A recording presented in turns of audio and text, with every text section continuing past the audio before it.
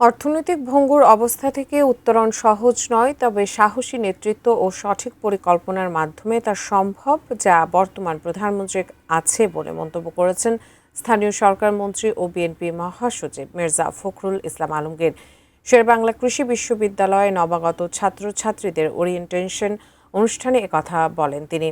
কৃষি নিয়ে যারা কাজ করেন তারাই দেশের প্রকৃত শক্তি বলে উল্লেখ করেন তিনি। বলেন, দেশের উত্তর ও দক্ষিণাঞ্চলে কৃষিভিত্তিক অঞ্চল গড়ে তোলা হবে।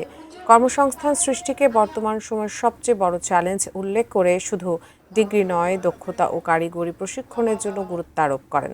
এজন্য ক্রিয়েটিভ ইকোনমি কার্ড চালু, কারিগরি প্রশিক্ষণ সম্প্রসারণ এবং বিদেশে দক্ষ জনশক্তি পাঠানোর উদ্যোগ নেওয়া হচ্ছে বলে জানান মন্ত্রী। এদিকে রাষ্ট্র পরিচালনায় তারুণ্যের প্রত্যাশার প্রতিফলন ঘটানো এবং বৈষম্যহীন রাষ্ট্র পরিচালনা করা এই সরকারের মূল লক্ষ্য বলে জানান প্রধানমন্ত্রীর শিক্ষা উপদেষ্টা ডক্টর মাহাদি আমিন। দীর্ঘ 15 বছর, লাস্ট 15 ইয়ার্স আমাদের ইকোনমিটা একদম র্যাভিশ ধ্বংসপ্রাপ্ত হয়েছে, একেবারে ভেঙে দিয়েছে, চুরমার করে দিয়েছে। এখন এটাকে নতুন করে গড়ে তোলাটা খুব বড় চ্যালেঞ্জের। চাকরি তৈরি করতে হবে নিজেদেরকে।